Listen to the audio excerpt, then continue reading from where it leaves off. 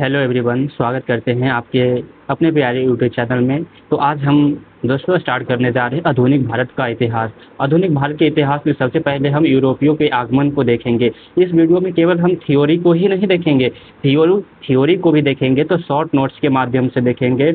लगभग 15 से 20 मिनट में क्लास को थ्योरी को ख़त्म करेंगे और फिर इस पे आधारित आज तक जितने भी बोर्ड है, जितने भी प्रश्न पूछे इस चैप्टर से रिलेटेड, वो सारे प्रश्न को भी इस वीडियो में कवर करेंगे। तो आप हमारे साथ लास्ट तक, वीडियो के लास्ट तक बने रहिएगा।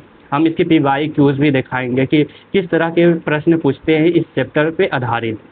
तो चलिए आसान भाषा में स्टार्ट करते हैं शॉर्ट नोट के माध्यम से। आपको आशा नहीं, भरोसा दिलाते हैं आप हमारे साथ वीडियो के लास्ट तक बना रहिए। आपको इस चैप्टर से एक भी डाउट नहीं रहेगा, सारा डाउट क्लियर हो जाएगा। चलिए स्टार्ट करते हैं वीडियो को। और हाँ, आप सभी को पता ही होगा कि इस चैप्टर का वेटेज हर एग्ज़ाम में अच्छा खासा क्वेश्चन आ ही जाते हैं। तो चलिए देर ना करते हुए हम शुरू करते हैं। सबसे पहले एक हेनरी द नेविगेटर नामक वैज्ञानिक होता है जिसने दीप सूचक नामक यंत्र का आविष्कार करता है। दीप सूचक नामक यंत्र का आविष्कार किया तभी जाकर लंबी समुद्री मार्ग का जो रास्ता है वो प्रशस्त हुआ। लंबी दूरी की जो यात्रा है वो करने में लोग सफल हुए, क्योंकि दीप सूचक यंत्र ये बताता था कहाँ कैसे जाना है। समझ गए? जिस प्रकार आज GPS का जो काम करता है वो ठीक उसी का काम पहले दीप सूचक नामक यंत्र किया करता था। तो दीप सूचक यंत्र के माध्यम से ही, उसी के मदद से 1498 ईस्वी में बार्थोलोम्यू डियाज ने केप ऑफ गुड होप नामक स्थान का खोज किया। समझ गए ना? चलिए फिर इसके बाद आता है Vasco da gamma. Vasco da gamma Bharat कुल टोटल 3 बार देखिए आता है। समझ गए ना? सबसे पहले आता है 1498 में, फिर 1502 ईस्वी में और 1524 ईस्वी में। इस प्रकार भारत वास्को डी गामा कुल 3 बार आता है। वो काली कट के तट पर पहुंचता है। काली कट के तट पर पहुंचा जहां उस जमोरिन ने उसका भव्य स्वागत किया। वहां का राजा जमोरिन था। जब काली कट के तट पर वास्को डी गामा पहुंचता है तो उसका भव्य स्वागत जमोरिन करता है। भारत के लिए समुद्री मार्ग का खोज का श्रेय भी वास्को डी गामा को दिया जाता है। फिर पुर्तगाली, अब बात करते हैं कि दूसरा पुर्तगाली व्यक्ति जो भारत आया था। तो बताइए कि दूसरा पुर्तगाली व्यक्ति कौन था? तो पेड्रोस कैब्रियाल दूसरा वो पुर्तगाली व्यक्ति था जो भारत आया था। और फिर वास्को डी गामा दोबारा भारत आता है। 1502 ईस्वी में दोबारा भारत आता है।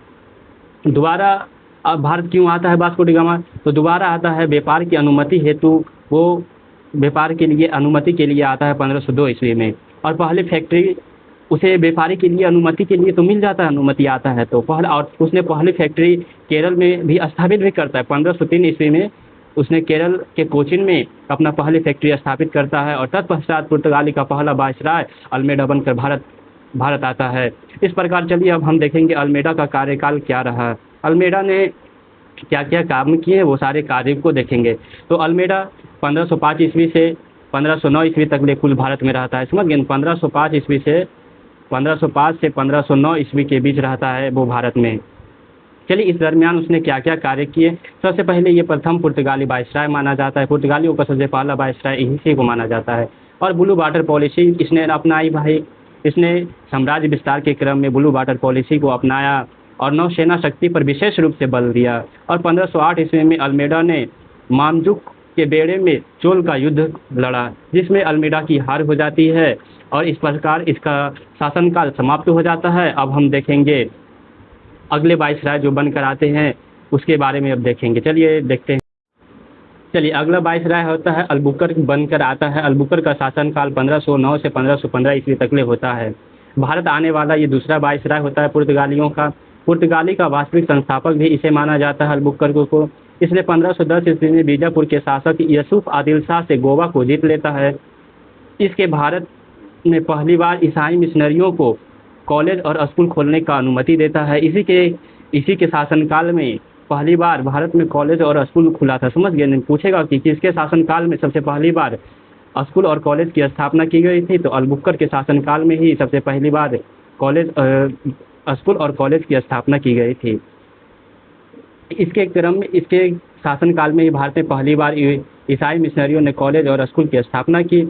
इसके समकालीन विजयनगर के शासक कृष्णदेवराय थे। इनका संबंध कृष्णदेवराय के साथ बहुत अच्छा था, जिसके कारण उसने कर्नाटक में या उनके मदद से बोले तो कृष्ण देव राय के साथ, जैसे कि हमने बताया है कि उनके साथ अच्छा संबंध था, तो उसने कर्नाटक के भटकल में व्यापार की कारखाना स्थापित की। उनकी मदद से उनकी अनुमति मिल गई, उन्हें आसानी से अनुमति मिल गई, क्योंकि उनके साथ उनके समकालीन भी थे और उनका संबंध उनके साथ अच्छा था, खासा था। और इसने क्या क्या काम किया है भाई, दूसरा जो वायसराय अल्बुकर्क आया, और भी उसने बहुत सारे सुधार के काम भी किए हैं। ईसाइयों ईसाइयों को भारत में सती प्रथा को प्रतिबंधित किया। ईसाइयों ने ही भारत में सबसे पहली बार सती प्रथा को प्रतिबंधित किया, और इसने जो ब्लू वाटर की पॉलिसी को जो अपनाया था उसे इसने समाप्त कर दिया। जो वास्को डी गामा अल्मेडा ने जो ब्लू वाटर पॉलिसी को अपनाया था, उसे उस पॉलिसी को वो समाप्त कर देता है। और इससे इसने पुर्तगालियों को भारतीय महिलाओं के साथ विवाह करने की थी, बोलता है कि भारतीय महिलाओं के साथ विवाह करो ताकि हमारी जो संख्या है वो बढ़ सके, समझ गए। और इसने अपने प्रशासन में जो होता है भारतीयों को भी शामिल करता है, समझ गए ना। इस प्रकार इसका भी शासनकाल समाप्त हो जाता है। अब बनकर आता है तीसरा जो होता है इसका वायसराय, तीसरा बनकर आता है जिसका नुन्हा द कुन्हा होता है, समझ गए ना। इनके शासन काल में गोवा पुर्तगालियों की अस्थायी राजधानी बन गई, समझ गए ना। नुन्हा द कुन्हा के शासनकाल में गोवा पुर्तगालियों का अस्थायी राजधानी बन गई। इसके योगदान व्यापार के विस्तार में इसका योगदान क्या रहा, तो इसने योगदान दिया कि व्यापार का विस्तार किया, ना केवल पश्चिमी तट तक बस विस्तार किया बल्कि तटीय क्षेत्र तक भी, इसका बंगाल तक व्यापार को विस्तारित किया, समझ गए ना। तो इस प्रकार इसमें हमने देखा कि नुन्हा द कुन्हा का कोई खास काम तो रहा नहीं। नुन्हा द कुन्हा इसके शासनकाल में गोवा पुर्तगालियों का अस्थायी राजधानी बन गई। इसका योगदान यही था कि विस्तार क्रम में ना केवल पश्चिमी तट तक विस्तारित किया बल्कि पूर्वी तट तक बंगाल में भी व्यापार को विस्तारित करने का काम किया नुन्हा द कुन्हा। अब चलिए आगे देखते हैं आगे क्या होता है। आगे एक कार्टेज प्रणाली शुरू करता है। यूरोप के जो लोग होते हैं वो कार्टेज प्रणाली स्टार्ट करते हैं। तो आइए जानते हैं अब कार्टेज प्रणाली क्या होता है। तो पुर्तगाली द्वारा भारत में कार्टेज व्यवस्था को हिंद महासागर एवं अरब सागर में लागू किया गया था, समझ गए। देखिए क्या होता है कार्टेज प्रणाली, क्या होता है ना कि पुर्तगाली द्वारा भारत में कार्टेज व्यवस्था को हिंद महासागर एवं अरब के सागर में से लागू किया गया था। कार्टेज वास्तव में हिंद महासागर में व्यापार करने का एक क्या होता है परमिट होता है, इसे परमिट लेना होता है, समझ गए ना। इसका जब तक आप परमिशन नहीं लीजिएगा, आपको यदि हिंद महासागर चाहे अरब सागर में आपको व्यापार करना है तो पुर्तगालियों से आपको अनुमति लेना होगा कि हम व्यापार करना चाहते हैं। चलिए और भी इसके बारे में जानकारी देखते हैं। अरब तथा भारतीय व्यापारियों के लिए यह उसके लिए भी लागू किया गया था, समझ गए ना। और मुगल बादशाह यहाँ तक अकबर ने भी इसकी स्वीकृति ली थी, इसका अनुमति, यहाँ तक कि मुगल बादशाह सोचिए अकबर को भी इसका कार्टेज प्रणाली का अनुमति ले बगैर नहीं कर सकते थे व्यापार, वो भी नहीं, जबकि वो मुगल का बादशाह कहलाते थे अकबर, उसे भी कार्टेज प्रणाली लेना पड़ा, समझ गए ना। आगे जानते हैं कि व्यापारियों को काले मिर्च एवं आगे देखते हैं आगे क्या है। तो अब आगे देखते हैं क्या, देखिए कार्टेज प्रणाली के बाद हमने देखते हैं कि क्या हुआ।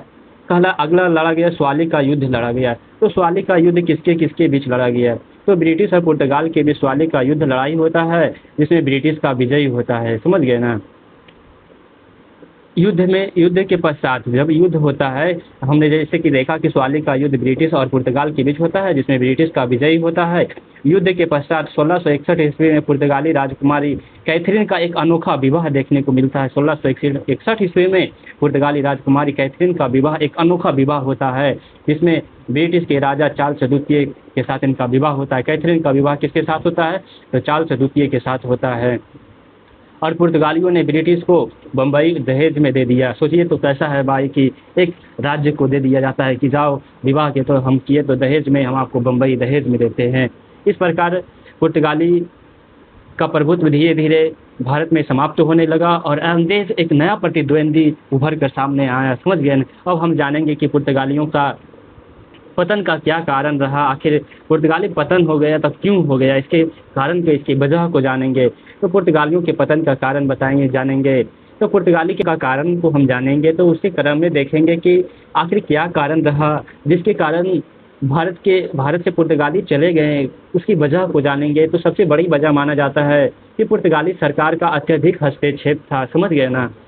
जिसके कारण वो अत्यधिक हस्तक्षेप होने के कारण वहाँ उनके जो सैनिक थे वो भ्रष्टाचार होते। देखिए कहता है वेतन कम होने के कारण, यहाँ वेतन लिखा हुआ है, समझ गए, वेतन कम होने के कारण अधिकारी जो होता था उनका भ्रष्टाचार हो गए, समझ गए ना। और एक नया उपनिवेश और इन्होंने एक नया उपनिवेश खोज लिया था, समझ गए ना, इंडोनेशिया में, समझ गए, जिसके परिणाम स्वरूप उनका रुचि जो था भारत में कम होने लगा, समझ गए ना। और इंडोनेशिया के प्रति उनका जो लगाव था, रुचि था, वो अत्यधिक होने लगा, समझ गया ना। चलिए आगे आगे देखते हैं। धार्मिक रूप से ये सही शून्य नहीं थे। धार्मिक रूप से भारत के जो धार्मिक है उसमें, उसके मामले में वो ढल नहीं सके, उसके अकॉर्डिंग वो ढल नहीं सके और भारतीयों ने अस्वीकार कर दिया उन्हें, समझ गए ना। समुद्र में लूट मार की नीति को अपनाया, जिस वजह से व्यापारियों ने उनका विरोध कर दिया। इसने इतना ही नहीं किया बल्कि इसने ये जो समुद्र में होता था लूट मार मचाना शुरू कर दिया। बताइए, एक तो इसने कार्टेज प्रणाली लागू किया हुआ था, इसके बावजूद भी इसने लूटपाट को जो नियम रख दिया, ये कितना खतरनाक हो गया बताइए। तो अच्छा बात था ये, अच्छा बात नहीं था। केवल तटीय क्षेत्र तक ही व्यापार सीमित स्थित रह गया, समझ गए ना। इसने अपने व्यापार को आगे बढ़ाया भी नहीं, विस्तारित नहीं किया, समझ गया ना। अगला है कि भारत में पुर्तगालियों का योगदान। आखिर भारत में पुर्तगाली आए तो उसका कुछ ना कुछ तो योगदान हुआ ही होगा ना।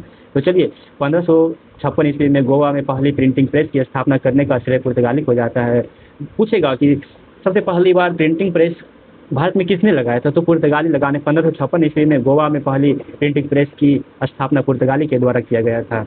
भारतीयों को नौसेना संगठन बनाने के, जो नौसेना में गठन करने का जो श्रेय जाता है वो पुर्तगाली को ही जाता है। उसने भारतीयों को सिखाया कि कैसे नौसेना का संगठन किया जाता है, समझ गए नहीं। और भी इसने प्रिंटिंग प्रेस की शुरुआत की, समझ गए। और भी इसने शुरू किया भाई, खेती के भी प्रारंभ किए, खुद कुछ खेती के साथ से भी इसने बताया भाई, टमाटर की खेती, यानी कि इसने बोले तो कुछ खेती भी प्रारंभ किया था, कुछ फसल का जो होता है ना उसने इसी ने प्रारंभ किया था। जैसे टमाटर की खेती हो गया, आलू की खेती हो गया, तंबाकू की खेती तथा अनानास की खेती करने भारत में लाने का श्रेय भी पुर्तगालियों को ही जाता है। तो इस प्रकार हमने हर बिंदु को टच किया करते हुए आज हम पुर्तगाली के हर वो पॉइंट्स को कवर किए इस वीडियो में। तो चलिए अब इस पर आधारित जो भी PYQs होंगे, जितने भी एग्जाम्स में इस पर आधारित PYQ पूछे गए हैं, वो सारे PYQ को हम इस वीडियो में देखेंगे कि कैसे कैसे क्या हुआ, वो सारे वीडियो को, सारे चीज़ों को इस वीडियो में देखेंगे। चलिए अब स्टार्ट करते हैं इसके PYQ। जैसे कि हमने देखा था कि यूरोपियों के आगमन को हो, पुर्तगाली के आगमन के बारे में हमने सारे थ्योरी को पढ़ लिया है। तो अब उसके बेस पर, उसी के आधार बनाकर जितने भी आज तक PYQ पूछे गए हैं, कोई भी एग्ज़ाम्स हो, BPSC हो, UPSC हो, हम वो सारे एग्ज़ाम्स के PYQ इस वीडियो में देखेंगे। तो चलिए देर ना करते हुए वीडियो को स्टार्ट करते हैं। आधुनिक भारत के इतिहास, UPSC हो चाहे BPSC हो, हर स्तर के बहुविकल्पिक प्रश्न यहाँ पे मौजूद है। तो चलिए सबसे पहला प्रश्न देखते हैं। पहला प्रश्न कहता है, बंगाल की खाड़ी में हुगली को पुर्तगालियों ने किस रूप में इस्तेमाल किया था। बताइए, सबसे पहला प्रश्न कहता है कि बंगाल की खाड़ी में हुगली को पुर्तगालियों ने किस रूप में इस्तेमाल किया था। तो राइट आंसर ऑप्शन ए हो जाएगा, व्यापारिक केंद्र के रूप में समुद्री लूटपाट के लिए इसने हुगली को इस्तेमाल किया था। चलिए इसी प्रकार अब दूसरा प्रश्न देखते हैं। दूसरा प्रश्न क्या कहता है, दूसरा प्रश्न देखिए क्या कहता है मित्रों। दूसरा प्रश्न कहता है, निम्नलिखित में से कौन सा भारत में आने वाला पहला पुर्तगाली यात्री था। तो इतना आसान सवाल सोचिए, UPSC जैसे एग्जाम्स में इतने इजी सवाल पूछ सकते हैं, इसकी कोई खंडन नहीं कर सकते हैं। चलिए इसका राइट आंसर ऑप्शन डी हो जाएगा। हम सभी जानते हैं कि वास्को डी गामा सबसे पहले बार आया था। चलिए आप एक सवाल आपसे पूछते हैं कि दूसरा पुर्तगाली व्यक्ति जो भारत आने वाला था उसका क्या नाम है। इसका राइट आंसर कमेंट करिएगा। अगला प्रश्न देखते हैं। अगला प्रश्न है कि पुर्तगाली उपनिवेश का प्रथम गवर्नर भारत में कौन था। बताइए, पुर्तगाली उपनिवेश का प्रथम गवर्नर कौन था। ऑप्शन ए है Vasco da Gama, option B है Francisco de Almeida, option C है अल्बुकर्क, ऑप्शन डी है नुन्हा द कुन्हा। तो हम जानते हैं, अच्छी तरह से इस बात को जानते हैं कि फ्रांसिस्को डी अल्मेडा भारत आने वाला सबसे पहला वायसराय था। इसने 1505 ईस्वी से 1509 ईस्वी तक भारत में शासन किया था। इसके बाद अल्बुकर्क आते हैं। उस अल्बुकर्क 1509 ईस्वी से 1515 ईस्वी तक उनका शासनकाल रहता है। इस प्रकार चलिए चौथा प्रश्न देखते हैं कि निम्नलिखित में से किस यूरोपियों ने भारत में ब्लू वाटर पॉलिसी यानी शांत जल की नीति को अपनाया था, तो कौन अपनाया था? तो हम सभी जानते हैं। इतना इजी सवाल पूछ सकता है जो सोच सकते हैं यूपीएससी जैसे एग्जाम्स में इस तरह के प्रश्न पूछे गए हैं। तो फ्रांसिस्को डी अल्मेडा ने सबसे पहले ब्लू वाटर पॉलिसी को अपनाया। ओके, पूछ देगा कि आपसे कि समाप्त किसने किया था? तो अल्बुकर्क ने ब्लू वाटर पॉलिसी को समाप्त करने का काम किया था। समझ गए ना? समाप्त पूछेगा किसने किया था, तो अल्बुकर्क ने किया था। राइट आंसर बी हो जाएगा। और लाया था ब्लू वाटर नीति को अनुसरण या लागू किसने किया था? तो राइट आंसर ए हो जाएगा। समझ गए ना? और पूछेगा कि समाप्त कौन किया था? तो अल्बुकर्क हो जाएगा। चलिए अगला प्रश्न देखते हैं। अगला प्रश्न क्या कहता है किसे भारत में पुर्तगाली साम्राज्य का वास्तविक संस्थापक माना जाता है? इतना इजी भाई, समझ सकते हैं कि क्या ही लेवल। देखिए, तो ये 2016 में बीपीएससी 63वां बीपीएससी में इस तरह के सवाल पूछे गए हैं। ऑप्शन ए है Vasco da Gama, option B है Francisco de Almeida, option C है Afonso de Albuquerque, option D है नुन्हा द कुन्हा। तो इसका राइट आंसर ऑप्शन सी हो जाएगा। समझ गए ना? इसका राइट आंसर ऑप्शन सी हो जाएगा, नुन्हा द कुन्हा। क्योंकि नुन्हा द कुन्हा सॉरी कहता है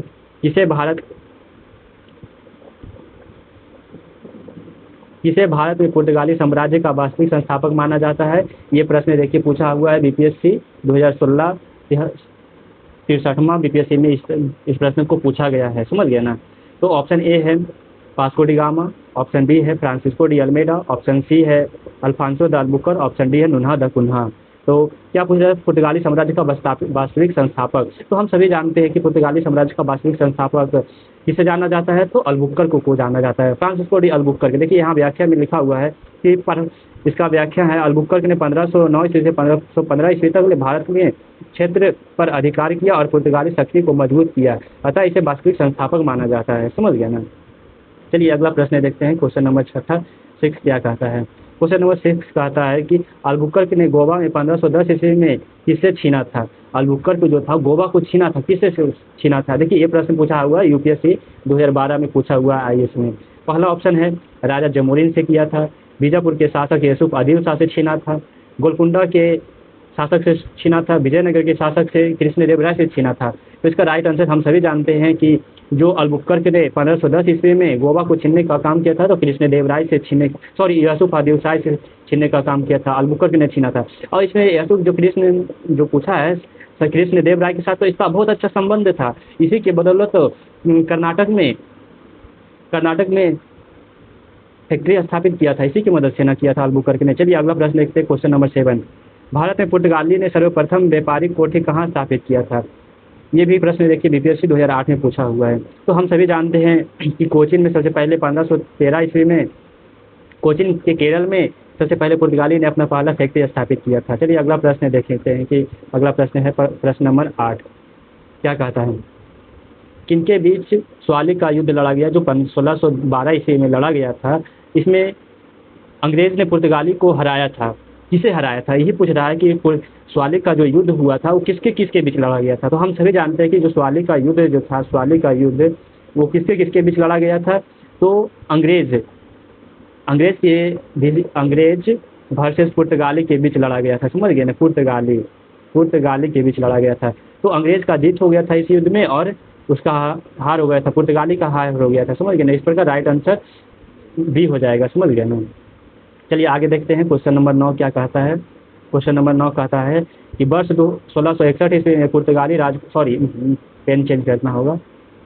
वर्ष 1661 ईस्वी में पुर्तगाली राजकुमारी कैथरीन का विवाह ब्रिटिश राजकुमार से होने पर बम्बई अंग्रेज को दहेज में मिला था।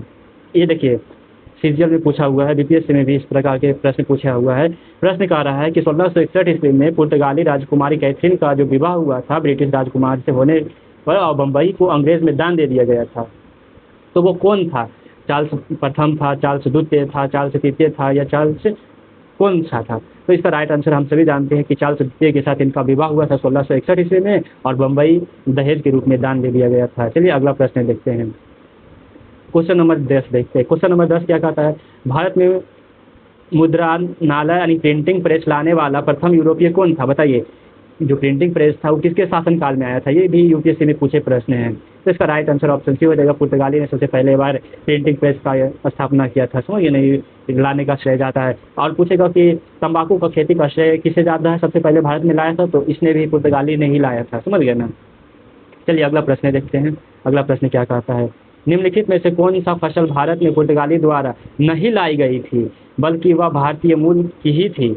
पुर्तगालियों द्वारा लाई गई फसलें कौन सी थी? तो हम सभी जानते हैं कि उसने तंबाकू, यहाँ पर ये पहला ऑप्शन कह रहा है तंबाकू, तंबाकू तो लाया था। लाल मिर्च भी लाया ही था। आलू और टमाटर ये भी लाया था। उपयुक्त में से पुर्तगालियों का देन है, तो इसका राइट आंसर ऑप्शन डी हो जाएगा। सभी के सभी पुर्तगाली का देन था, ये सभी फसल पुर्तगाली के द्वारा लाए गए थे। चलिए अगला प्रश्न देखते हैं। अगला प्रश्न क्या कहता है? अगला प्रश्न कहता है पुर्तगाली द्वारा हिंद महासागर में, सॉरी पेन चेंज करना होगा, पुर्तगाली द्वारा हिंद महासागर में जारी किए गए कार्टेज व्यवस्था का उद्देश्य क्या था? जो कार्टेज प्रणाली लगाया गया था हिंद महासागर में, उसका उद्देश्य क्या था? तो इसका राइट आंसर ऑप्शन बी हो जाएगा। समुद्री व्यापार पर कर वसूल एवं नियंत्रण स्थापित करना था।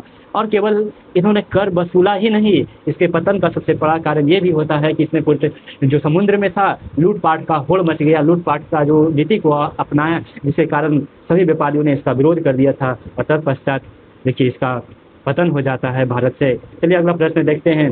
किस पुर्तगाली गवर्नर ने भारत में सती प्रथा को प्रतिबंधित किया था तथा स्थानीय महिलाओं से विवाह करने को प्रोत्साहित किया था? तो हम सभी जानते हैं ये काम अल्बुकर्क ने किया था। फ्रांसिस्को डी अल्बुकर्क ने कहा था कि हम सभी यूरोपियों को भारतीय महिला से विवाह करना चाहिए जिससे कि भारत में हमारा वर्चस्व बढ़ सके, हमारी संख्या बढ़ सके। तो इसका राइट आंसर ऑप्शन बी हो जाएगा। अल्बुकर्क ने ये काम को प्रारंभ किया था भारत में। इन्होंने कहा था कि भारतीय महिला से विवाह करो ताकि हमारी संख्या में बढ़ोतरी हो। और इन्होंने भारतीयों को अपने सेना में शामिल भी किया था। पूछ लेगा कि किस यूरोपियों ने भारतीयों को सबसे पहली बार सेना में शामिल किया था? तो फ्रांसिस्को डी अल्बुकर्क हो जाएगा। अगला प्रश्न कहता है वास्को डी गामा 1498 ईस्वी में कालीकट तट पर पहुंचा तो उसका स्वागत किस भारतीय राजा ने किया था? वो ये इतना इजी सवाल भाई साहब पूछा हुआ है, बीपीएससी ने पूछा हुआ है। तो इसका राइट आंसर सब हम सभी जानते हैं कि जमोरिन ने उनका भव्य स्वागत किया था जब वो कालीकट के तट पर पहुंचे थे। समझ गए ना? इसका व्याख्या भी देखिए यह दिया हुआ है। कालीकट के स्थानीय शासक जमोरिन ने उनके वास्को डी गामा का भव्य स्वागत किया था। अगला प्रश्न देखते हैं। पुर्तगाली साम्राज्य के पतन के कारण में निम्नलिखित में से कौन नहीं है पूछ रहा है। ध्यान दीजिएगा, नहीं पूछ रहा है, इस बात पर ध्यान दीजिएगा। तो इसका सबसे पहला ऑप्शन है कि ब्राज़ील की खोज के बाद पुर्तगाली का उधार अधिक देन था। तो अगला है धार्मिक सहिष्णुता और जबरन धर्मांतरण था। तो और इस प्रकार इसका राइट आंसर ऑप्शन सी हो जाएगा कि डच और अंग्रेज की तुलना में नौसेना शक्ति का अत्यधिक सुदृढ़ हो गया था। समझ गया ना? पुर्तगाली को पतन का सबसे बड़ा कारण नहीं माना जाता है। चलिए अगला प्रश्न देखते हैं।